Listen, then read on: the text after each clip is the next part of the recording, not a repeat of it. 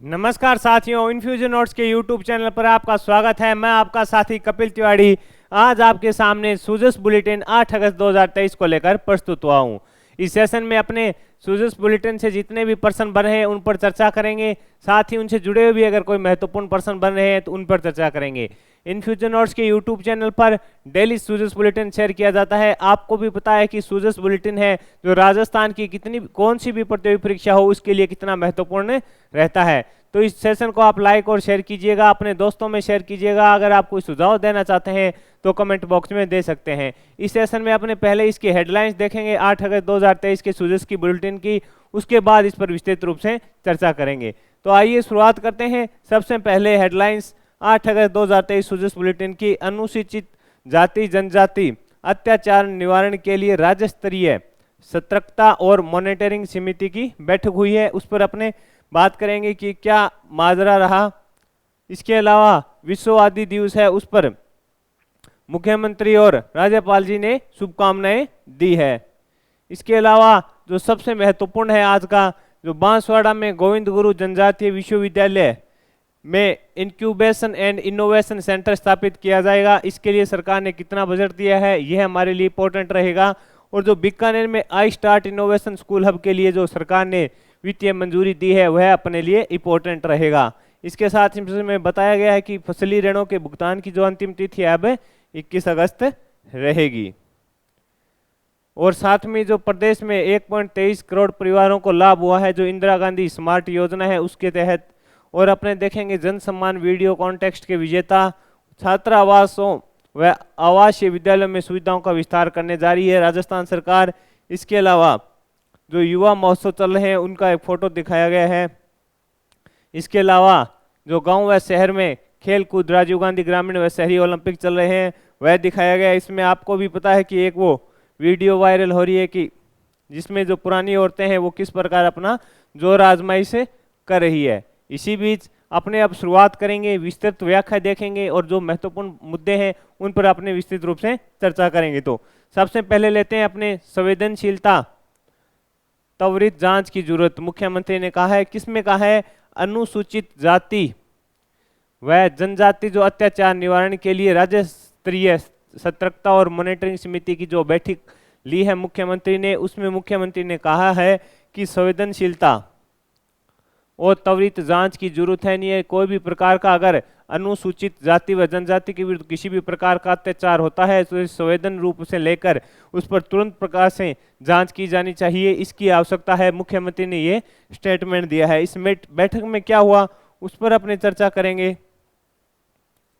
मुख्यमंत्री श्री अशोक गहलोत ने निर्देश दिए हैं कि प्रदेश में SC ST अत्याचार के मामले में पुलिस पूरी संवेदनशीलता के साथ बिना किसी दबाव और भय से मुक्त होकर कार्य करे।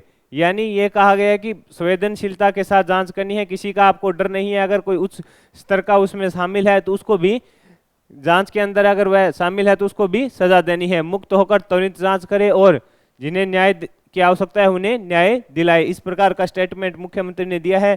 गहलोत ने मंगलवार को अनुसूचित जाति और जनजाति अत्याचार निवारण कानून के तहत राज्य स्तरीय सतर्कता और मॉनिटरिंग समिति की बैठक की अध्यक्षता कर रहे थे। अब आपसे ये भी पूछ सकता है कि हाल ही में अनुसूचित जाति और जनजाति जो अत्याचार निवारण के लिए मीटिंग हुई थी राज्य स्तरीय, उसके अध्यक्ष कौन थे? तो आपको पता होना चाहिए मुख्यमंत्री इसके अध्यक्ष थे।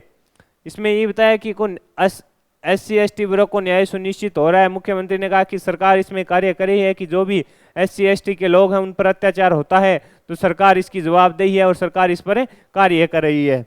पुलिस द्वारा तुरंत एक्शन लेकर अपराधियों की गिरफ्तारियां की जा रही है। इसके अलावा मुख्यमंत्री ने जो निर्देश दिए हैं SC ST के प्रकरणों में FIR के बाद पुलिस द्वारा प्रकरणों की समीक्षा का दायरा बढ़ाया जाए। यानी कोई FIR हो तो उसे तुरंत उस पर कार्रवाई होनी चाहिए। लंबित प्रकरण है उनको जल्द पूरा किया जाए।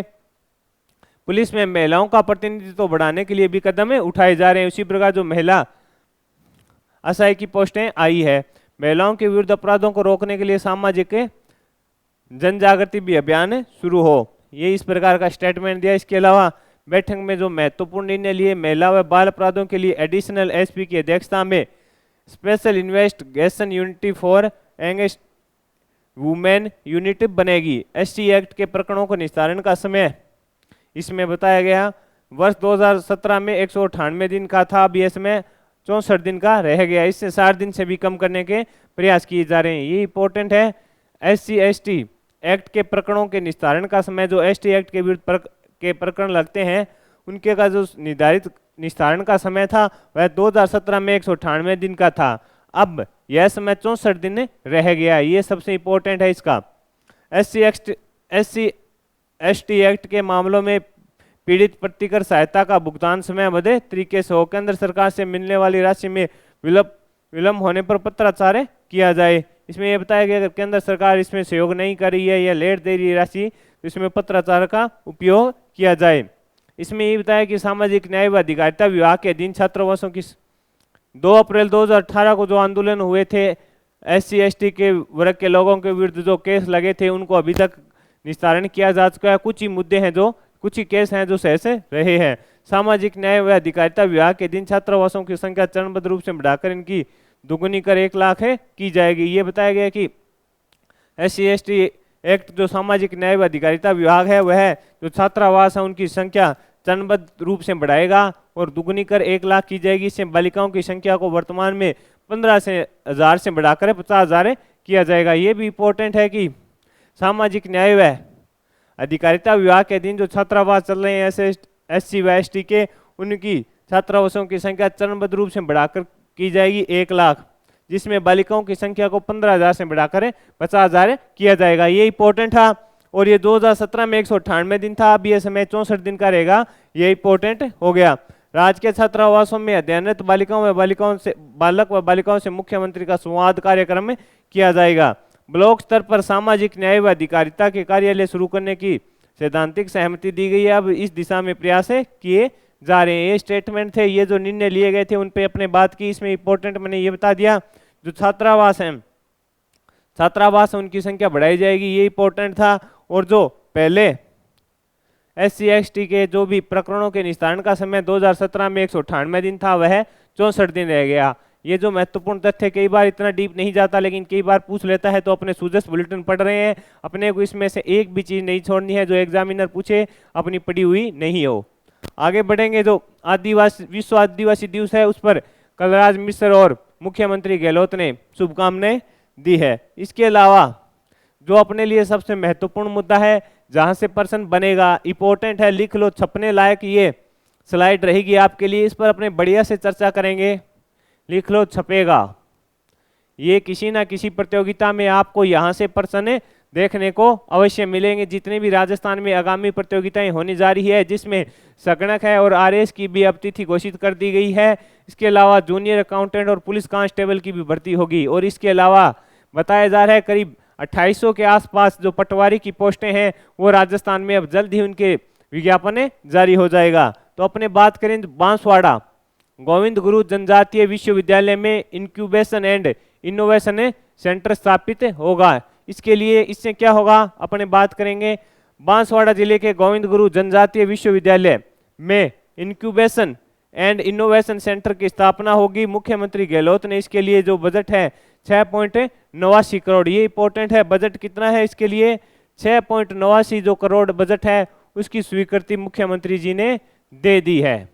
6.89 करोड़ की जो बजट है उसकी स्वीकृति आदरणीय मुख्यमंत्री ने इसके लिए दे दी है। इस सेंटर से क्या होगा, अब अपने बात करें कि ये तो ठीक है, इसमें खोला जा रहा है जनजातीय विश्वविद्यालय में इंक्यूबेशन एंड इनोवेशन सेंटर, इससे क्या होगा, किसको फायदा होगा, इस पर अपने अब चर्चा करते हैं। इस सेंटर के माध्यम से आदिवासी क्षेत्र के विद्यार्थियों एवं युवाओं को इनोवेशन स्किल बढ़ाने के लिए प्रोत्साहित किया जाएगा। जनजाति क्षेत्र के युवाओं को नवाचार यानी नई स्किल दी जाएगी, उन्हें ऑनलाइन कार्य के प्रति बढ़ाया जाएगा, यानी डिजिटल बनाने की सरकार है वहां पे कोशिश करेगी। जो आदिवासी क्षेत्र के लोगों को सुविधा नहीं मिल पा रही थी डिजिटलकरण की, वह सुविधा देने के लिए 6.89 करोड़ का जो बजट है आदरणीय मुख्यमंत्री गहलोत ने यहाँ पे स्वीकृत किया है। आगे बढ़ेंगे अपने, इसमें देखेंगे इनक्यूबेशन सेंटर उद्यमियों के लिए अत्याधुनिक बुनियादी ढांचे के साथ इनक्यूबेशन स्थान, प्रयोगशाला, संभागा, टेकरिंग लैब व VR सेटअप प्रदान करेगा। सेंटर का उद्देश्य विद्यार्थियों को वैज्ञानिक सिद्धांतों और तकनीकों का उपयोग कर आम जीवन की समस्याओं को हल करने के लिए प्रोत्साहित करना होगा। इसमें अपने बात कर ली, विज्ञान की जो भी टेक्नोलॉजी है वो इनको सिखाई जाएगी साधारण शब्दों में। आगे इससे ये भी इंपॉर्टेंट है, यहाँ से भी प्रश्न बनेगा। ये जो घोषणाएं अब हो रही है, आपको पता है कि चुनाव का समय कम बचा है। मुख्यमंत्री ने जो भी बजट में घोषणा की थी 2023-24 के, उसकी जितनी भी अब घोषणाएं हैं उनको स्वीकृति दे रही है। जैसे वित्तीय स्वीकृति मिलनी है तो दे रहे हैं, अगर कोई बोर्ड का गठन करना है तो मुख्यमंत्री बोर्ड का गठन कर रहे हैं। इसमें अपने बात करें, बीकानेर का जो I start innovation school hub के लिए 52 करोड़ रुपए मंजूर किए हैं मुख्यमंत्री ने। बीकानेर में I start innovation school hub के लिए 52 करोड़ रुपए का मंजूर कर दिया है बजट। इसमें देखेंगे क्या होगा, प्रदेश के विद्यार्थियों युवाओं में इनोवेशन स्किल बढ़ाने और उन्हें स्टार्टअप्स के प्रोत्साहित करने के लिए बीकानेर के महाराजा गंगा सिंह, ये इंपॉर्टेंट है, कहाँ खुलेगा, बीकानेर के महाराजा गंगा सिंह विश्वविद्यालय में I start innovation school hub की स्थापना होगी। इसके लिए जो बजट है वह 52.26 करोड़ रहेगा। इस इनोवेशन हब में इंक्यूबेशन सेंटर, प्रयोगशाला, सभागार, टिंकरिंग लैब एवं VR सेटअप की सुविधा होगी। विद्यार्थियों को स्टार्टअप विकसित करने के लिए विशेषज्ञों से प्रशिक्षित किया जाएगा। यानी कोई नया बिजनेस भी करना चाहते हैं तो इनके लिए उनको विशेषज्ञ हैं, जो कलाकार हैं इस चीज के बिजनेस करने के, उनसे उन्हें प्रशिक्षित किया जाएगा। ये दोनों इंपॉर्टेंट है, लिख लेना चाहिए। आप कहीं ना कहीं स्क्रीनशॉट भी ले सकते हैं इन दोनों से। ये जो दोनों चीजें हुई है बांसवाड़ा में गोविंद गुरु जनजातीय विश्वविद्यालय में, जिसके लिए मुख्यमंत्री ने 6.89 करोड़ का बजट, और बीकानेर में I start innovation hub school के लिए जो विश्वविद्यालय महाराजा गंगा सिंह विश्वविद्यालय में बनेगा, यहाँ से प्रश्न बनेगा। आगामी परीक्षा में प्रश्न पूछा जा सकता है। आप इसका स्क्रीनशॉट लेना चाहें तो ले सकते हैं, यह इंपॉर्टेंट रहेगा आपके लिए। आगे बताया गया है कि जो फसल ऋणों के भुगतान की अंतिम तिथि है वह अब 31 अगस्त तक उसको बढ़ा दिया है। इसके अलावा अपने बात करें आगे तो इसमें यही कहा गया है कि प्रदेश के किसानों को बड़ी राहत प्रदान की है। उन्हें रबी 2022-23 में वितरित अल्पकालीन फसली ऋणों के भुगतान की अंतिम तिथि को बढ़ाने के प्रस्ताव को है मंजूरी दे दी। ये पहले कितनी तारीख थी, 30 जून से बढ़ाकर अब इसको 31 अगस्त कर दिया है।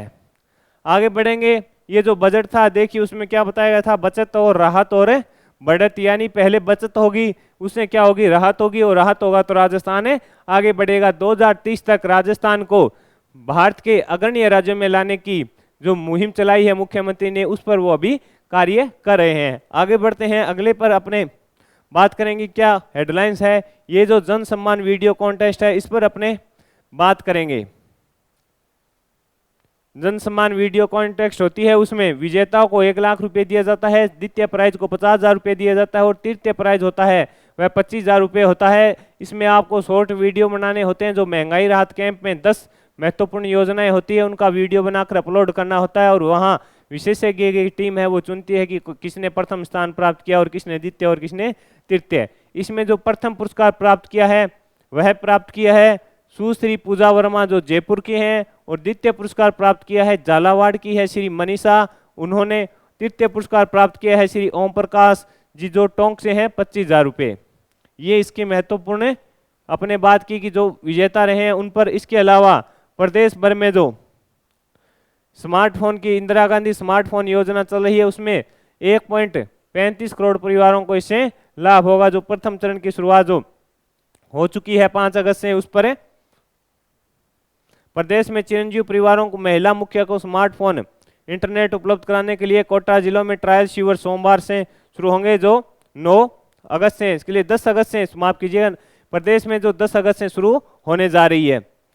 ये जो ट्रायल कैंप है वो 9 अगस्त को लगेंगे। कैंप ट्रायल यानी वहां पर किस प्रकार की भीड़ रहती है इस प्रकार का अंदाजा बताया जा रहा है। श्री गंगानगर नोडल अधिकारी नियुक्त स्मार्टफोन वितरण के लिए 10 अगस्त से जिला मुख्यालयों पर 2 ब्लॉक मुख्यालयों पर 9 सहित कुल 11 स्थलों पर मोबाइल वितरण किए जाएंगे। ये हो गया प्रथम चरण में 40 लाख स्मार्टफोन दिए जाएंगे, ये इसका प्रथम चरण रहेगा। इसमें कौन कौन योग्य है उसमें अपने बात की थी, एकल नारी या विधवा महिला वह योग्य रहेगी। सरकारी विद्यालयों की कक्षा 9 में 12 पढ़ने वाली छात्राएं रहेगी।